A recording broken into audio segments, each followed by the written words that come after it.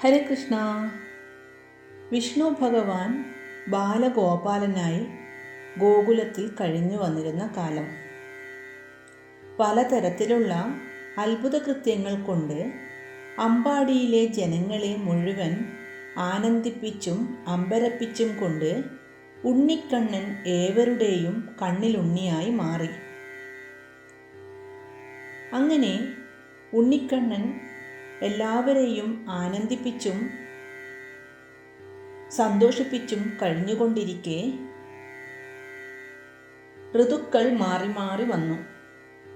അങ്ങനെ വർഷകാലം കഴിഞ്ഞ് ശരത്കാലം ആരംഭിച്ചു.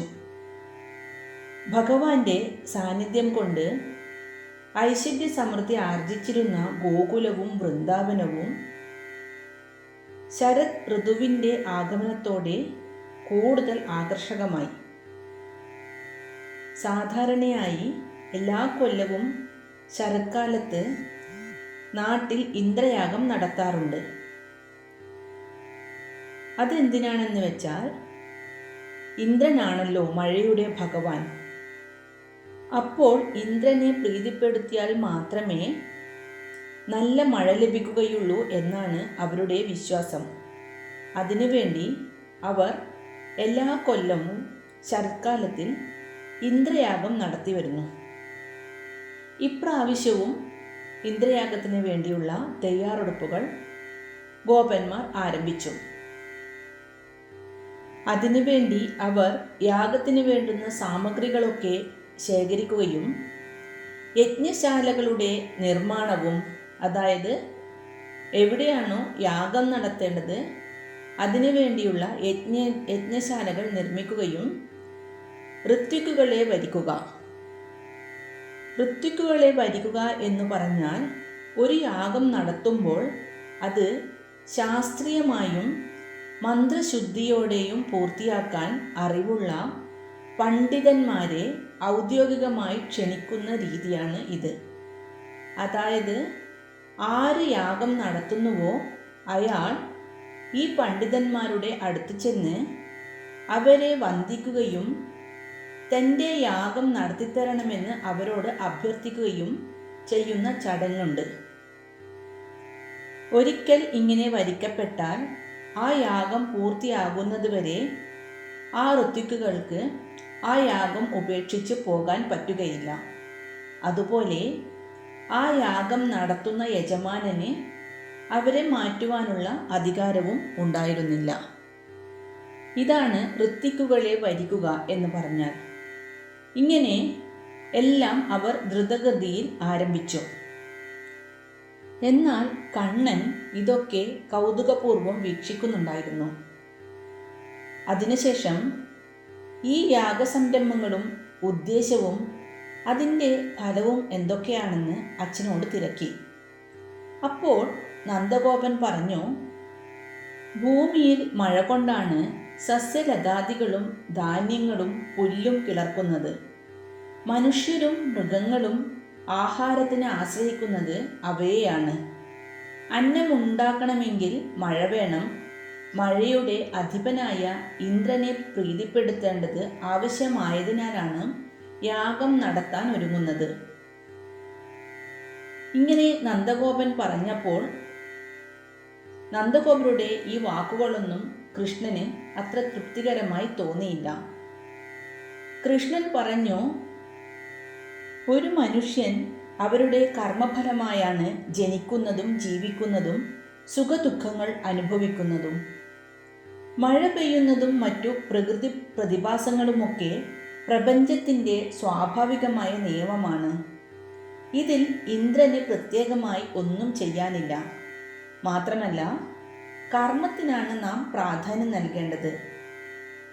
ഗോപന്മാരുടെ ജീവിതം നിലനിൽക്കുന്നത് ഇന്ദ്രനെ ആശ്രയിച്ചല്ല, മറിച്ച് ഗോവർദ്ധന പർവ്വതത്തെയും പ്രകൃതിയെയും ആശ്രയിച്ചാണ് എന്നും കൃഷ്ണൻ ചൂണ്ടിക്കാട്ടിക്കൊടുത്തു.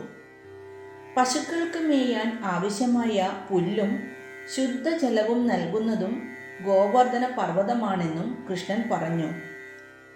അതുകൊണ്ട് തങ്ങളെ സംരക്ഷിക്കുന്ന പ്രകൃതിയോടാണ് നമ്മൾ കൃതജ്ഞത കാണിക്കേണ്ടത്.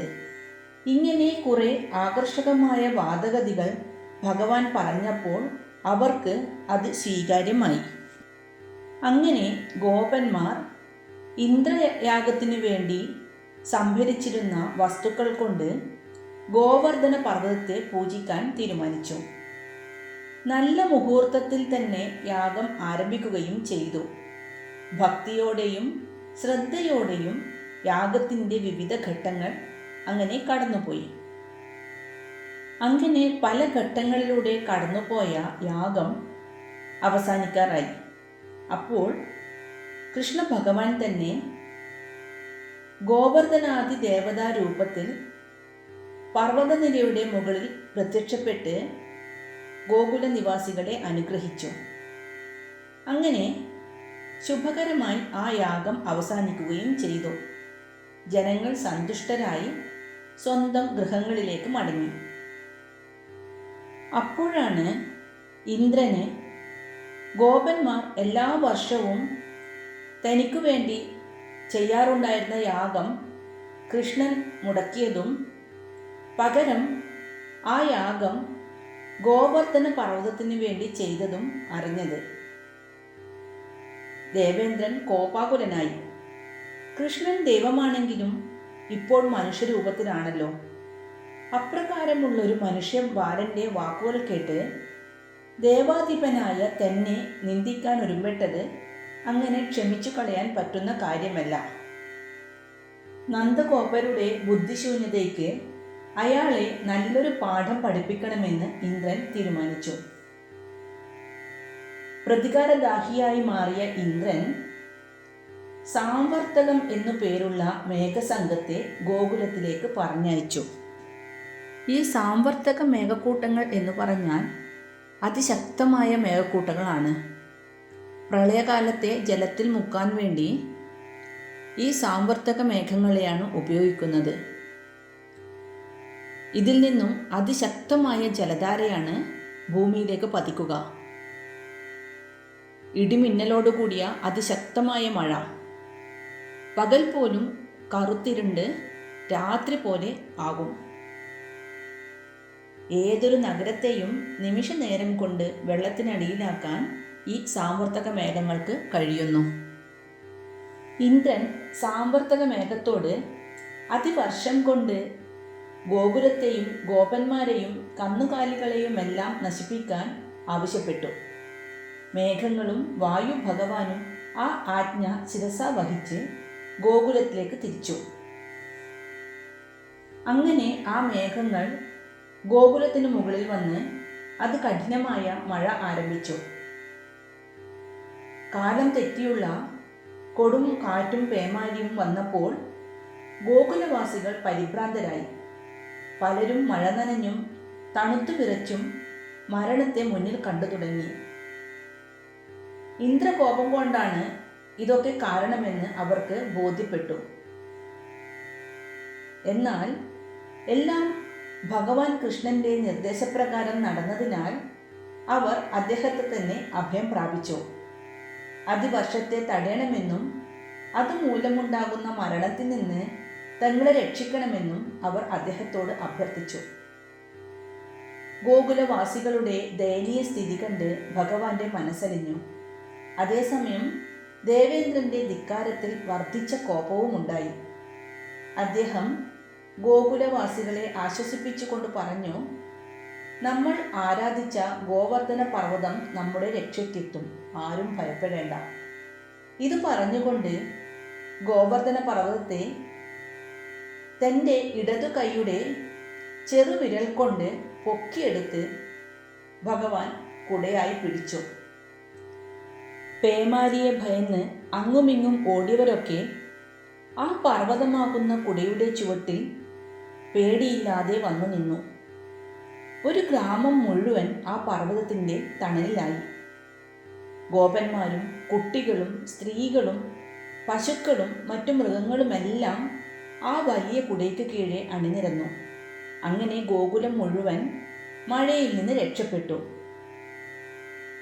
ഗോകുലവാസികളെല്ലാം പർവ്വതത്തിൻ്റെ ചുവട്ടിൽ നിൽക്കാൻ തുടങ്ങിയിട്ട് 7 ദിവസങ്ങൾ കഴിഞ്ഞു. ഇന്ദ്രൻ എത്ര ശക്തമായി മഴ പെയ്ച്ചിട്ടും വായു എത്ര കൊടുങ്കാറ്റുയർത്തിയിട്ടും ഗോകുലവാസികളെ അത് തെല്ലും ബാധിക്കുന്നില്ലെന്ന് കണ്ടപ്പോൾ ഇന്ദ്രൻ ലജ്ജിക്കുകയും പശ്ചാത്തപിക്കുകയും ചെയ്തു.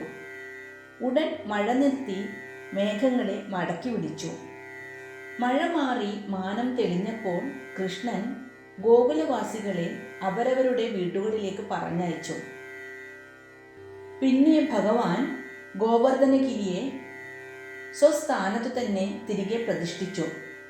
കൃഷ്ണന്റെ മായയാൽ മഴ പെയ്തതിൻ്റെ കേടുപാടുകളൊന്നും ഗ്രാമവാസികൾക്ക് അനുഭവപ്പെട്ടതുമില്ല.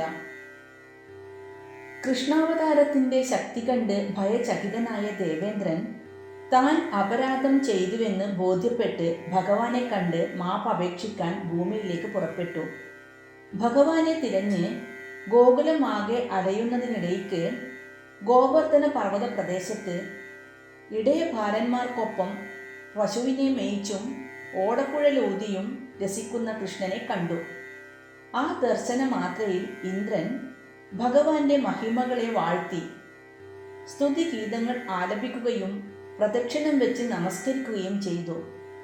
എന്നാൽ ഭഗവാനാകട്ടെ അദ്ദേഹത്തിന് അവതാര രൂപത്തിൽ ദർശനം നൽകി അനുഗ്രഹിച്ച് മടക്കി അയച്ചു.